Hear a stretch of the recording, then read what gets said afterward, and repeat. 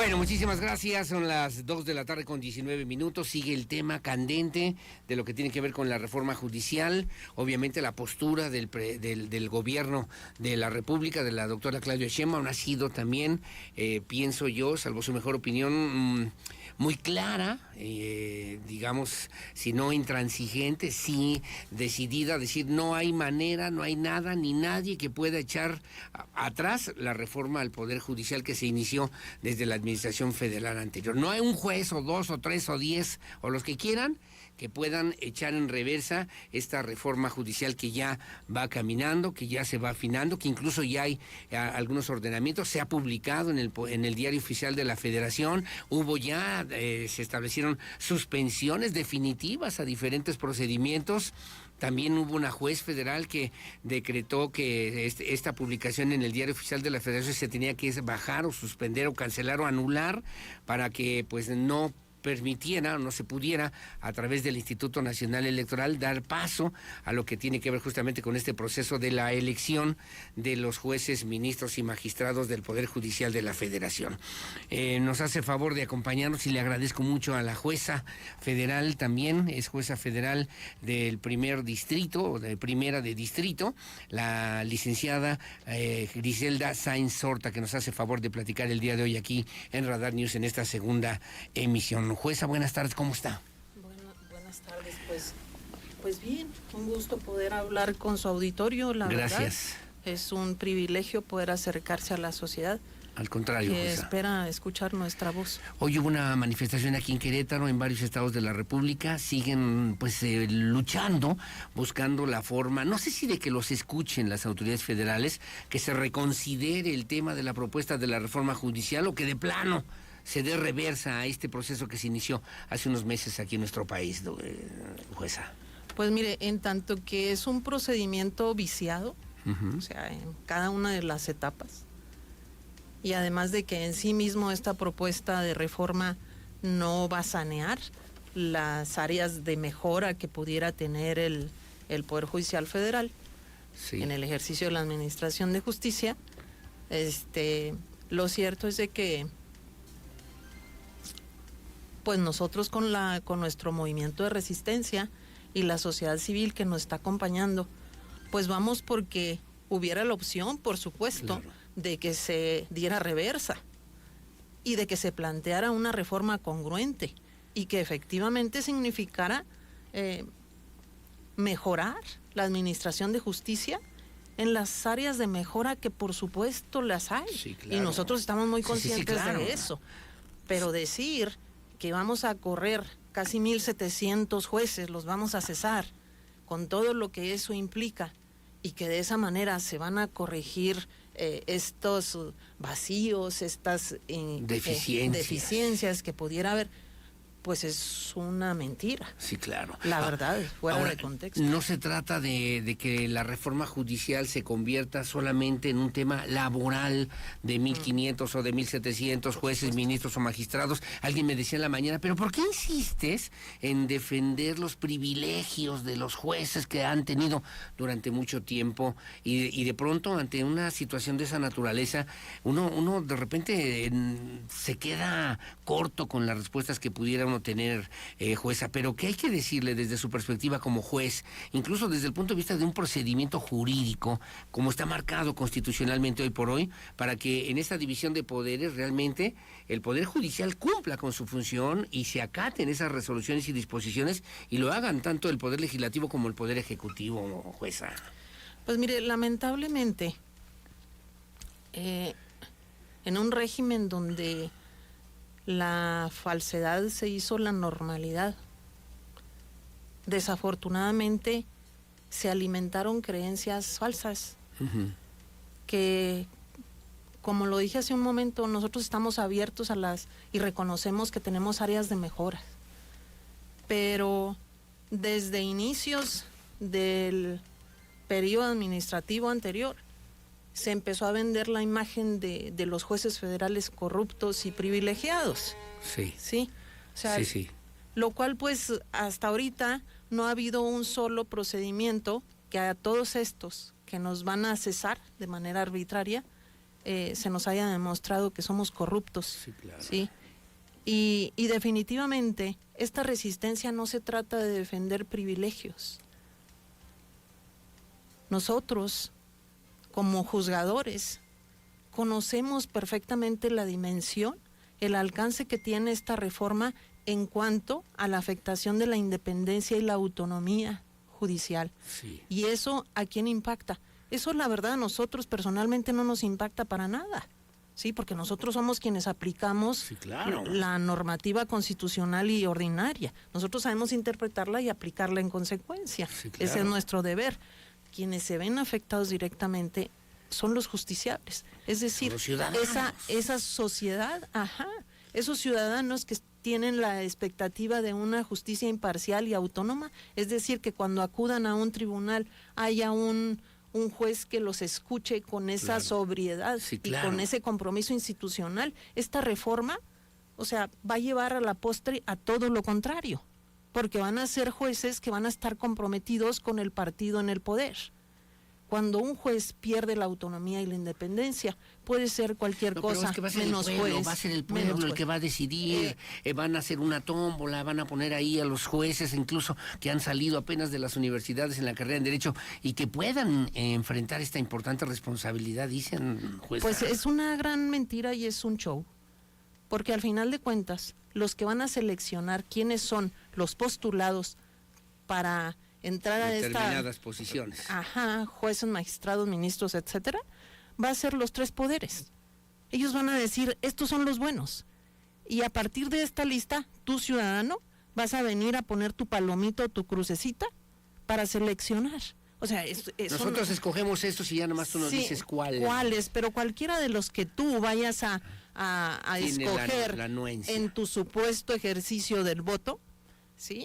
Pues es conveniente, porque nosotros los estamos preseleccionando. Sí, claro. Es una falacia, es una mentira, no es cierto que el pueblo vaya a elegir a los jueces, por supuesto que no. ¿Usted va a seguir siendo juez? Yo estoy entre las juezas que decidieron arbitrariamente cesarme. O sea, usted va a dejar de ser juez. Estrictamente. Como yo primero he generado mi derecho en determinado momento a la jubilación, yo tengo derecho a un retiro digno. Y no por una reforma detractora. A mí me pueden despojar de mi función, o sea, de sus derechos. De mis derechos, sí. Y uno de ellos es el que yo sea una juez en retiro, no una juez cesada por corrupta, no una juez cesada por privilegios. Sí. O sea, es algo sumamente humillante. ¿Cuántos años en el Poder Judicial? 32 años. 32 años en el Poder Sí. Judicial. Y está ahora en nada de que se acabe esa historia Exactamente. y ya. Y ya. Cuando yo pude haber, por lo menos, haber seguido, ¿qué? 10 años más. Sí, claro. O sea, es arrebatar proyectos de vida. Entonces, no estamos defendiendo nuestros derechos, no estamos defendiendo nuestros privilegios, no. Estamos defendiendo al pueblo de México de la arbitrariedad de una reforma detractora que a lo que va a llevar es a que el pueblo de México sufra las consecuencias de no tener jueces independientes y autónomos. ¿Qué va a pasar con la división de poderes? A mí me preocupó mucho la versión y la declaración de la doctora Sheinbaum Pardo, que el otro día dijo, no hay juez, ni jueza, ni nadie que pueda echar para atrás la reforma judicial. El Estado soy yo prácticamente en buena medida, de lo que vivimos ya de diferentes maneras, en diferentes episodios de la historia universal incluso, juez. Pues es muy lamentable que precisamente a estas alturas, a este estadía, a este estatus pues que vive ya la humanidad en general, no nada más México, haya personas con esa mentalidad y más grave aún, que hayan sido elegidas para gobernar un país. Porque esa declaración de que bueno, pues yo soy todopoderosa, ¿verdad? Y por eso ninguna juez ni nadie Esto más. ya está decidido. Sí, porque así y porque no lo voy a hacer y no voy a dar cumplimiento. Qué pena. Pero pues es un gobierno arbitrario y anárquico, sí, que... Fíjese lo que me dicen acá. Fíjese lo que me dicen. Salúdame y felicítame por favor a la jueza. Es una mujer a la que yo conozco, me lo dicen también abogados, la reconozco como una gran jurista. Quiero preguntarle qué opina acerca de la posibilidad constitucional de que se someta a proceso la presidenta de la República, que se someta a un proceso jurídico, según lo establece, entiendo, el artículo 108 de nuestra Constitución, y que el propio entonces presidente Andrés Manuel López Obrador promovió para reformar. ¿Qué opinión le merece? ¿Es posible? ¿O a dónde vamos a llegar? Pues mire, en nuestra Constitución está previsto el juicio político. Sí.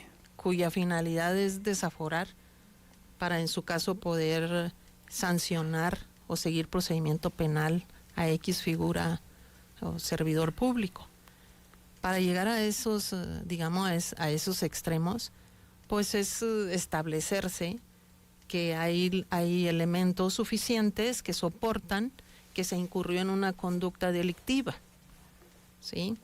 Esa conducta se denuncia ante la Cámara de Diputados, pues para que se inicie un proceso de desafuero, ¿sí? Pero no es algo sencillo, es algo que de entrada debe de tener elementos suficientes para poderse iniciar el proceso. ¿Pero sería posible como están las cosas ahora? Si se dan los elementos, sí, que se observe el procedimiento, dada precisamente esta anarquía que se está asomando ya de manera tan clara, pues aún eso sería difícil de que se pudiera llevar a la práctica, precisamente por la postura anárquica, dictatorial que se tiene ya por parte del oficialismo. Claro, Entonces, cualquier recurso legal, por más que esté previsto en la Constitución, si alguien con poder dice no me sujeto a él, pues ¿qué más da? Pues es justamente el tema del fondo de la justicia, ¿no? Exactamente, sí. Entonces, pero es un ejemplo muy nocivo para el resto de las autoridades. Oye, ¿que usted no va a participar en la tómbola? ¿No puede participar en la tómbola? No, sí.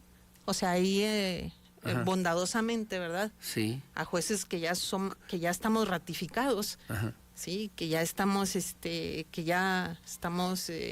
más que comprobado que somos competentes para ejercer nuestra función, dado que ya nos escogieron entre la lista que ellos y de la manera que ellos creyeron conveniente, nos seleccionaron a los impares para participar en esta elección del 2025, elección extraordinaria. El 1 de junio. Sí, pero pues muchos de nosotros vamos a declinar, precisamente porque nosotros no vamos a someternos al circo. ¿Usted va a declinar también? Sí. O sea, Dijo, nosotros... porque no nos vamos a meter al circo. Exactamente, nosotros no somos payasos de ningún show. Híjoles, estoy platicando con la juez federal Griselda Sáenz Horta. Mire, para que lo vaya anotando ahí por si quiere participar en la tómbola. Dice, felicidades a la jueza Griselda por su valor, por sus iniciativas de apoyar también la suspensión de la reforma judicial, no dejar que las personas que nos tengan que juzgar sean personas ineptas, improvisadas, muchas de ellas incluso ignorantes, mucho menos lambiscones del gobierno. No se puede votar que se quede la ignorancia o que gane la ignorancia. Estoy de acuerdo en que se cese a los corruptos. Con esa reforma va a haber más corruptos. Me dice Carla Quirós de Tejeda, ¿qué podemos hacer nosotros, los ciudadanos, para que no ocurra esto con nuestro país? Manifestarse, sí. Manifestarse y pues hacer expresa su inconformidad y su resistencia a la aplicación de esta reforma. Sí, sí, sí. Porque pues es que en el mundo de las realidades, donde las cosas tienen que verse objetivamente, Claro.